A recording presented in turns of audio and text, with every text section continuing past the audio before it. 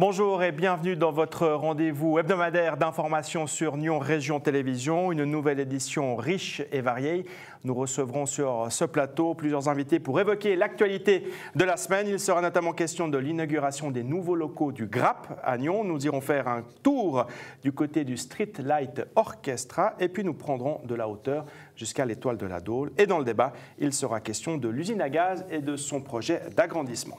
Mais pour débuter ce journal, j'ai le plaisir d'accueillir celui qui sera peut-être dans un peu plus d'un mois élu conseiller fédéral. Guy Parmelin, bienvenue. Merci. Alors dans un premier temps, vous avez été élu déjà conseiller national. Vous partez là pour une 4e législature. Confiant déjà au moins dans ce rôle de conseiller national? Oui, alors c'est toujours un soulagement une fois que vous avez le résultat. En plus, je suis extrêmement satisfait de mon résultat personnel.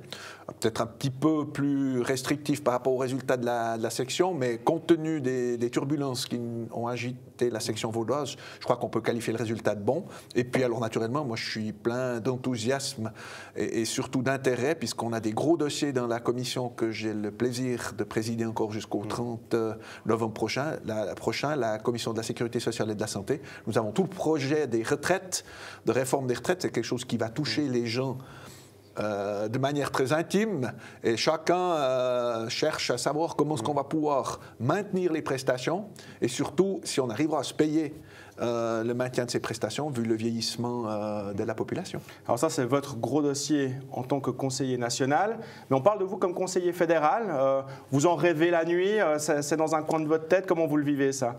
Non, je crois que l'image que chacun a une fois ou l'autre rêvé la nuit d'être au conseil fédéral, peut-être qu'elle est vraie, mais moi je dors bien, je vous rassure tout de suite. Mais c'est vrai que c'est un challenge qui a demandé réflexion. Les conditions actuelles permettent d'avoir ce qu'on appelle une fenêtre d'opportunité, mais je le fais aussi parce que c'est un défi qui est extrêmement intéressant, mais je suis lucide, c'est quelque chose d'extrêmement lourd. En cas d'élection, vous avez des gros dossiers, on a d'énormes dossiers qui attendent le pays. Il faudra travailler avec des collègues qui n'ont pas toujours le même avis que vous, et surtout, il faudra travailler dans l'intérêt de tout le pays, même si on est le représentant d'une région ou d'un canton, on est avant tout, pour autant qu'on soit déjà choisi par son parti, et puis après élu par l'Assemblée fédérale, vous êtes le conseiller fédéral de tous les Suisses. Alors aujourd'hui, vous êtes candidat à la candidature. Concrètement, comment ça va se passer? Qu'est-ce qui va se passer d'ici au 9 décembre, donc date de l'élection du Conseil fédéral? Alors nous avons en interne toute une procédure qui a commencé depuis un peu plus du début de cette année pour rechercher les candidatures potentielles. Il y a eu un appel aux différentes sections cantonales. Une commission spéciale a été mise sur pied, présidée par M. Hassler, qui est un ancien conseiller d'État argovien, chargé de passer au crible et d'auditionner les candidats annoncés. Ça, cette phase, elle est terminée. Maintenant, la commission a écrit de nouveau aux sections cantonales pour leur demander de confirmer ou non la candidature de leurs poulains respectifs jusqu'au 13 novembre prochain, étant donné que chacun peut encore, si des gens n'ont pas encore passé les auditions de cette commission, chacun peut encore s'annoncer, mais il devra alors se soumettre à toute la même procédure, c'est-à-dire on doit fournir des papiers sur le fait qu'on n'a pas de poursuite, etc., etc. Et après, passer une audition le samedi 14, dernier délai, devant la commission, qui va faire un préavis au comité du groupe. Et le comité du groupe fera une proposition, je suppose, après, au groupe parlementaire qui est l'organe compétent qui choisira qui il veut mettre. Est-ce qu'il veut mettre une personne? Est-ce qu'il veut mettre 2 personnes sur un ticket qui sera soumis à l'Assemblée fédérale? Et tout entendu, naturellement, que tout est aussi suspendu à la décision que prendra prochainement Mme Widmer-Schlup. D'ici là aussi, ça veut dire que vous allez être auditionné non seulement par vos collègues de l'UDC, mais également par les autres groupes. Il y aura des gros tests, des grosses épreuves à passer. Alors naturellement, ça pour autant que vous soyez retenu par votre parti, par le groupe parlementaire. D'ici là, tout peut s'arrêter aussi le 20 ou le 21 novembre si le groupe parlementaire décide d'envoyer une seule personne et que ce n'est pas moi, ou un ticket où je ne figure pas sur le ticket. Mais c'est les règles du jeu. Je crois que chacun les connaît et moi je me plie à la procédure de bonne grâce. Ce que vous avez déjà dit dans une interview là, récemment, c'est que finalement il y a tellement de paramètres qui entrent en ligne de compte que vous maîtrisez finalement pas grand-chose. Vous mettez en avant votre volonté de vous mettre à disposition. Au final, vous-même, vous n'avez plus beaucoup d'influence. Il y a beaucoup de choses qui entrent en ligne de compte. Alors, il y a beaucoup de choses. Vous avez votre personnalité, naturellement. Vous avez la conjoncture, si j'ose ainsi m'exprimer, momentanée. Vous avez les auditions internes et extérieure, parce que vous pouvez très bien passer une audition interne à votre parti, puis vous pouvez, en bon vaudois, complètement vous planter en allant devant un autre parti. Ça, c'est des risques. Il y a tout l'aspect médiatique, mais finalement, après, vous avez des paramètres régionaux. Il y a tout ce que j'appellerais les on-dits et les non-dits, surtout. Et les non-dits, effectivement, on ne les maîtrise pas.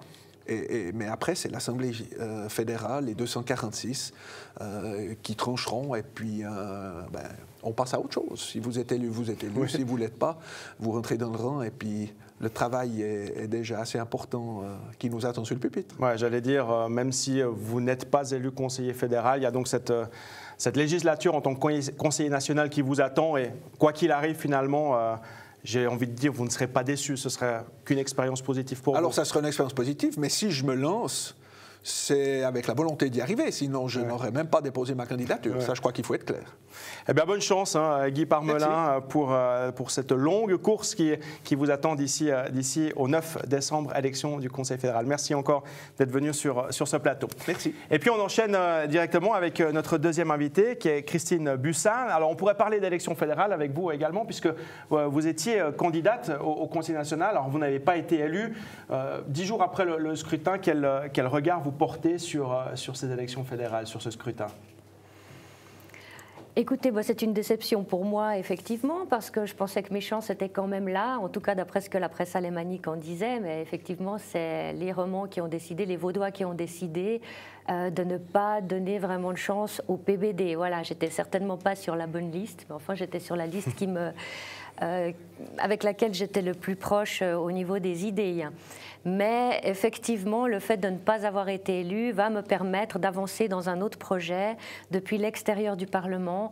Et c'est vrai qu'on voit, d'ailleurs j'ai la preuve depuis ces quelques 15 années que j'ai passé à l'extérieur du Parlement. J'ai réussi à faire beaucoup plus de choses, même à changer par 2 fois la Constitution fédérale en matière de lutte contre la pédophilie. On rappellera juste en passant que vous êtes la fondatrice de l'association Marche Blanche, justement, qui a pour but de lutter contre la pédophilie. Voilà, ce que je n'aurais peut-être pas pu faire si j'avais été simple parlementaire. Alors, on a évoqué la Marche Blanche. Aujourd'hui, si vous êtes là avec nous, c'est aussi pour nous parler de votre nouveau projet, de votre nouveau combat, si on peut l'appeler ainsi. Vous souhaitez une meilleure reconnaissance des pères dans notre société. Pas seulement une meilleure reconnaissance des pères, je crois qu'on les reconnaît déjà, mais une meilleure application des lois en ce qui concerne l'égalité parentale. Donc il y a 4 revendications qui sont claires, parce que, en fait, j'annonce ici, je vais lancer la marche pour l'égalité parentale. C'est plus la marche blanche, c'est la marche pour l'égalité parentale, qui aura lieu au mois de mai 2016 au niveau national, sur le même principe que la marche blanche, avec des revendications claires, complètement apolitiques. Maintenant, on espère quand même avoir le soutien des politiques, bien sûr. Je pense que ça sera difficile d'avoir la gauche de nouveau, parce qu'on réclame des sanctions, et dès qu'il y a le mot sanction, la gauche, elle part en courant. Donc, on demande des sanctions claires pour la non-présentation d'enfants, quand la mère ou le père, ça arrive, ne présente pas les enfants alors que le père a ce droit-là. Il y a eu le cas dernièrement à Nyon d'un père qui s'est battu tout seul et même sans avocat et qui a réussi à obtenir l'emprisonnement de la mère, bon, pour quelques heures, mais quand même un emprisonnement, parce qu'elle refusait depuis des mois de présenter la petite qui avait 3 ans, donc c'est quand même assez lourd. Une garde partagée, donc par défaut. Maintenant, il y a l'autorité parentale par défaut. Il faudrait qu'il y ait la garde partagée par défaut. Après, c'est au couple de décider. Si monsieur ne veut pas avoir la garde, il n'y a pas de problème. C'est au couple de décider. Il faudrait qu'il y ait une médiation obligatoire dans le cas de désaccord de la part de la mère, par exemple, ou du père, sur la garde partagée, et que le résultat de la médiation soit notifié et qu'il puisse être utilisé devant un juge. et aussi des déductions fiscales pour ce qui est de la pension après l'âge de 18 ans, parce que c'est quand même assez incroyable de se dire que dès que l'enfant a 18 ans, le père ou la mère ne peut plus déduire la pension au niveau fiscal pour les impôts. C'est une aberration qui... Voilà. Alors vous allez mettre en avant ces 4 points, ces 4 axes. Hein.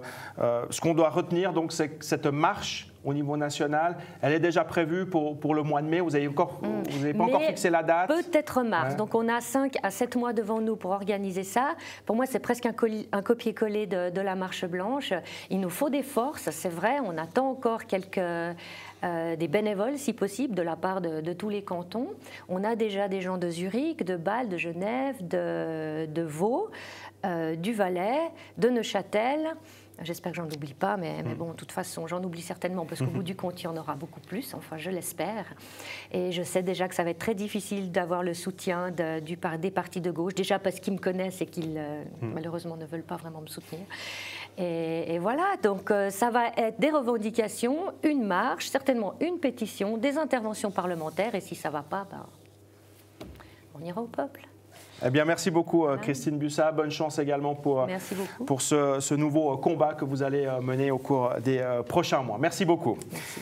Le Street Light Orchestra a pris ses quartiers à la Levrate. C'est un événement inédit, gratuit et ouvert à tous. On va tout de suite se rendre à Nyon avec vous, Florian Cavalleri, puisque vous allez tout nous dire, ou presque, sur cet événement. L'automne est magnifique, les arbres se sont parés de leurs plus belles couleurs et quoi de mieux que de venir ici au cœur de la Levrate pour admirer cette magnifique installation nommée Street Light Orchestra. Je suis en compagnie de Dan Ascher qui est finalement le créateur de cette installation. Expliquez-nous le concept de Street Light Orchestra.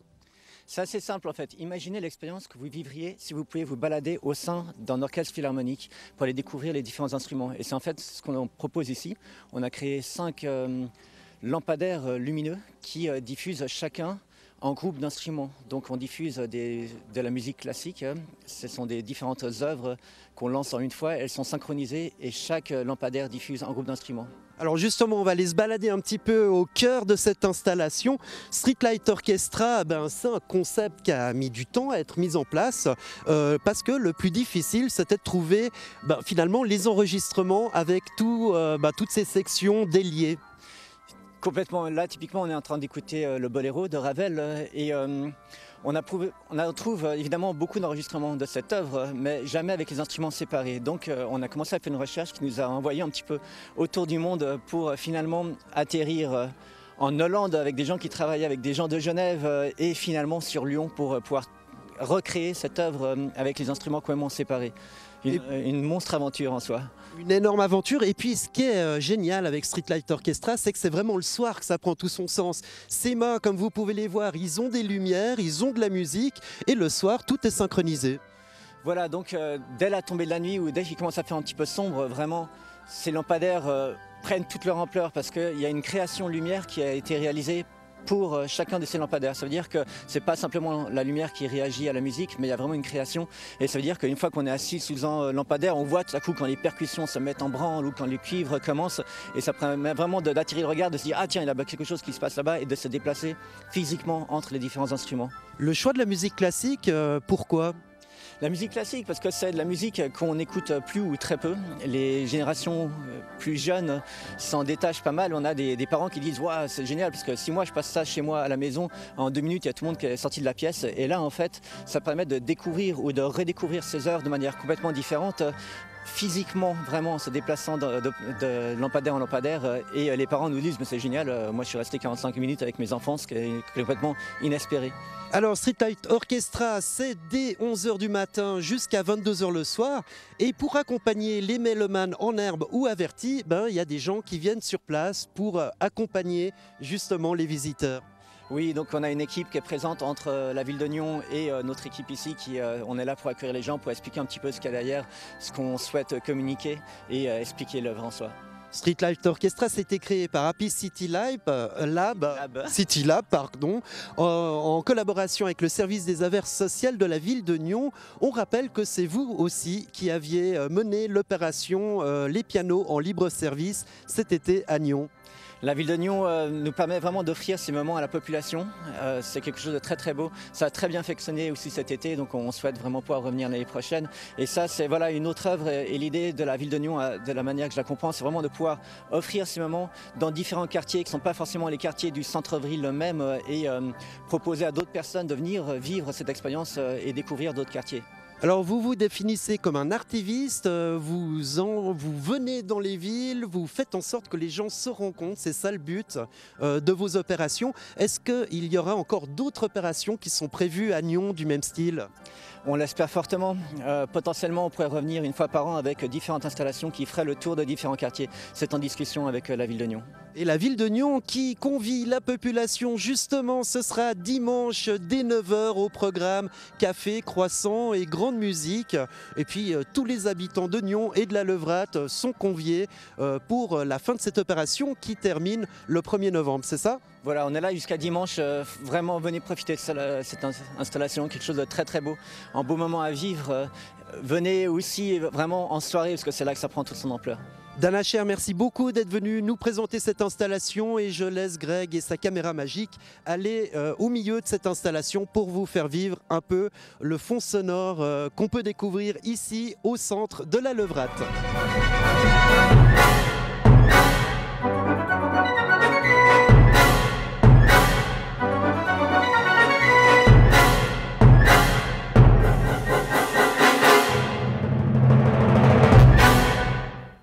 Et on reste à Nyon avec la Berge, le centre d'accueil du Grappe pour l'Ouest vaudois, qui a fait peau neuve, 2 mois de travaux pour ce lieu. Avec nous pour en parler, Pascal Seyman, assistante sociale du Grappe Nyon, bienvenue. Et puis Richard Joret, le directeur de l'action sociale du Grappe Fondation, bienvenue également à vous. Pascal, tout d'abord peut-être, ces travaux, c'était une réelle nécessité? Ah oui, absolument. Absolument, c'était vraiment nécessaire. On avait besoin de lumière, on avait besoin d'ouvrir les espaces. Les locaux avaient été achetés il y a déjà de nombreuses années et c'est vrai qu'il n'y avait pas eu de rénovation encore et là, c'était vraiment nécessaire pour le bien-être de tout le monde, effectivement. Alors, on parle du Grappe. Oui. Le Grappe, c'est quoi? Et pour ceux qui ne le connaîtraient pas, quels sont les buts Voilà. du Grappe? Alors, le Grappe, c'est le groupe d'accueil et d'action psychiatrique, qui est une fondation qui va fêter ses 30 ans l'année prochaine, donc en 2017. Donc, ça fait comme un certain nombre d'années qu'existe le Grappe. Un des buts principaux, alors il y en a plusieurs, mais les principaux, c'est d'une part la déstigmatisation et la réinsertion sociale et professionnelle des personnes avec des troubles psychiques. Donc, c'est vraiment notre premier but principal. Vous avez pas mal de monde que vous accueillez, que vous encadrez du côté de Nyon notamment. Alors, de manière générale, on suit dans l'ensemble du canton, parce que sachez qu'on a 4 centres, un centre à Montreux, un centre à Yverdon, un centre à Lausanne et le centre de Nyon. On suit environ 570 personnes dans notre suivi social, ce qui représente quand même un important bassin de population. Puis aussi 300 personnes qui viennent chaque jour dans nos ateliers pour pouvoir travailler. Donc dans le centre de Nyon, on a environ une soixantaine de personnes qui sont suivies en conseil social et puis une 48 personnes qui travaillent dans nos ateliers. Alors concrètement, qu'est-ce qui se passe tous les jours dans ces lieux? Qu'est-ce que vous faites avec ces personnes-là? Alors, le Grappe, en fait, on travaille sur 3 axes avec les personnes. Le premier axe, c'est le service d'entraide sociale. En fait, c'est un peu le fil rouge de la situation. La personne va être suivie un petit peu tout le long par l'assistant social. Donc, on les accueille, on voit avec eux quel est leur projet et on leur propose des pistes, etc. Le deuxième axe, c'est notre axe d'animation citoyenne. Donc, c'est des activités plutôt de l'ordre de loisirs pour permettre de sortir de la maison, de rencontrer des personnes, se faire du bien. Donc, on a des activités de balade, on a des activités de dessin, de mandala, différentes choses, de jeux vidéo également maintenant. Et le troisième axe, c'est nos activités de travail, donc les ateliers de travail où les personnes sont mises mise en situation. Alors évidemment, c'est des activités qui sont protégées, hein, donc il n'y a pas de rendement qui est demandé, mais voilà, ils ont des horaires de travail, ils font différentes activités. On a des personnes qui travaillent en cuisine, qui nous préparent des repas tous les jours. On a des personnes qui font de la production. Maintenant, on prépare des lampes artisanales, des abat-jours très aériens, de comme très ça, beaux très beaux abat-jours. Et puis également du papier artisanal qu'on fabrique et qu'on utilise pour fabriquer des carnets, des petits carnets de notes, voilà, qui sont des produits qu'on vend à l'extérieur. D'accord. Alors, à l'occasion de la journée des proches aidants, il y aura une conférence qui aura lieu vendredi. Ce sera à 17h30 à l'hôpital de Seury. Le thème abordé sera souffrance psychique et l'expertise des proches. J'ai envie de dire l'expertise et l'importance aussi des proches. C'est ça. C'est vrai que les proches, on dit qu'ils ont besoin d'aide. C'est bien sûr des fois, à des moments, dans tout le travail qu'ils font dans l'accompagnement et le soutien des proches qui sont proches d'eux et qui sont malades, ça prend beaucoup d'énergie, ça fatigue. Des fois, c'est pas tout simple de demander de l'aide parce qu'ils sont souvent confrontés tout seuls à la situation. Puis de dire qu'on va lâcher prise et puis de demander de l'aide pour soi, c'est pas tout simple. Ça veut dire c'est comme si c'était peut-être une particularité. J'ai pas réussi complètement mon rôle, alors que finalement, ils ont d'une part besoin d'aide, mais ils ont aussi développé toute une série de compétences. Et ça, souvent, on oublie de le dire. Ils savent comment gérer des fois le quotidien. Ils savent comment faire pour mobiliser les ressources du réseau quand il faut hospitaliser quelqu'un parce que la maladie n'est jamais toute simple. Il y a des hauts et des bas. Et qu'à ce moment-là, il faut vraiment prendre en considération, organiser le réseau, voir les hospitalisations. Et ces compétences-là, souvent, on les dénie aussi. On n'arrive pas forcément à se rendre compte. Mais c'est vraiment des compétences importantes. Il faut de la persévérance. Il faut de l'empathie. Et souvent, ils sont souvent porteurs d'espoir aussi vis-à-vis de la personne. C'est que même quand elle va mal, eux, ils pensent que ça va aller, que la personne aura un projet. Et cette dimension, je pense qu'elle est importante à révéler. Cette conférence va devoir justement présenter avec l'UNAFAM, qui est une association française, qui va partager son expérience, lui expliquer comment on travaille avec les proches, comment les proches sont considérés, quelles compétences ils peuvent amener au réseau de soins. Et souvent, dans les réseaux de soins et hospitaliers, on peut déjà le rencontrer. N'oublions pas, les proches ne sont pas seulement là pour informer le professionnel des informations, mais il est aussi là justement pour participer au projet et contribuer à un projet pour la personne qui est malade psychique. Richard Joret, Pascal Seman, merci d'être venu sur ce plateau pour nous parler du GRAP, qui a donc inauguré ses nouveaux locaux du côté de Nyon. Et puis pour conclure, je vous invite à prendre de la hauteur avec l'Étoile de la Dôle. L'Étoile de la Dôle, elle a 20 ans et comme Noël, c'est tout bientôt, l'œuvre de Stéphane Richard a été allumée une première fois cette année. C'était le week-end dernier, alors que nous passions justement à l'heure d'hiver. Florian Cavalleri s'est rendu sur place. Depuis 20 ans, elle illumine la Dôle. Installée à la force des bras par une équipe de bénévoles à moitié alpinistes, cet astre guide les voyageurs dans la nuit. L'étoile de la Dôle apparaît chaque année dans le ciel lorsque les enfants sages ouvrent la première case de leur calendrier de l'Avent. Pour moi, ça représente bien les fêtes de Noël. Et puis après, c'est un petit coup d'œil comme ça, le Père Noël, il voit l'étoile, il sait qu'il faut venir dans la région, il voit le sapin de Noël décoré devant la maison, puis il arrive jusqu'à la maison avec les cadeaux pour les enfants. Ça, c'était toujours ce qu'on a raconté à nos enfants à l'époque. Vaudoise de cœur, cette étoile aurait aussi pu être fribourgeoise. Si la paroisse à laquelle elle était destinée ne l'avait pas refusée, son créateur n'aurait jamais imaginé venir l'installer année après année, à près de 1600 mètres d'altitude, juste au-dessous de l'observatoire. Je me suis retrouvé avec les chaînes de lampes que j'avais prévues pour faire l'église. L'église, elle a épande, elle est super bien située au sommet d'une colline. Et du coup, j'ai fait, avec les chaînes de lampes, une étoile sur la façade d'une ferme où j'allais toujours chez un paysan.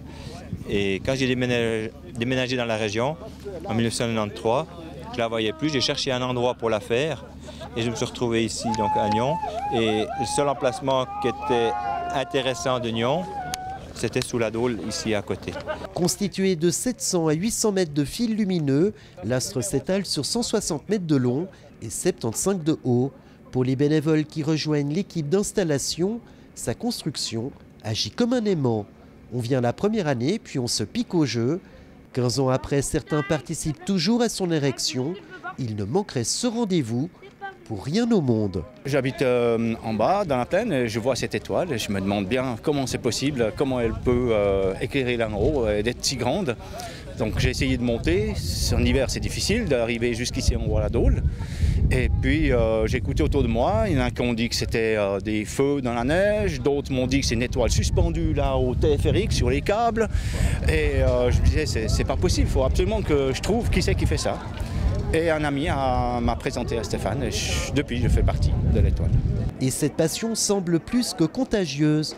Devenus adultes, les enfants de ces créateurs rejoignent l'équipe des constructeurs et tous ont dans leurs yeux une petite flamme enfantine pour parler de cette étoile qui permet de toucher toujours un peu plus au firmament. L'étoile représente pour moi le travail d'équipe, la beauté d'un travail bien fait, si on veut dire.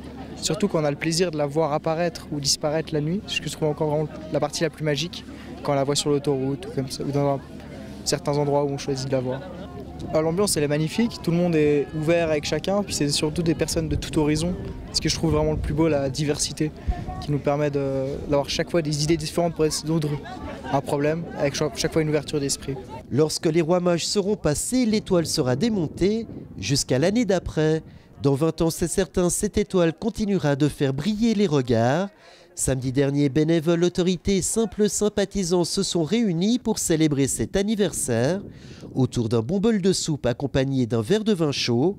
Il fallait bien cela pour fêter ces noces de porcelaine, soit 2 décennies d'existence et de mariage indéfectibles avec le district de Nyon. Voilà, c'est tout pour aujourd'hui. Je vous rappelle que vous pouvez en tout temps revoir nos émissions sur notre site internet nrtv.ch ainsi que sur notre page Facebook. Rendez-vous donc dans une semaine pour un prochain rendez-vous d'actualité.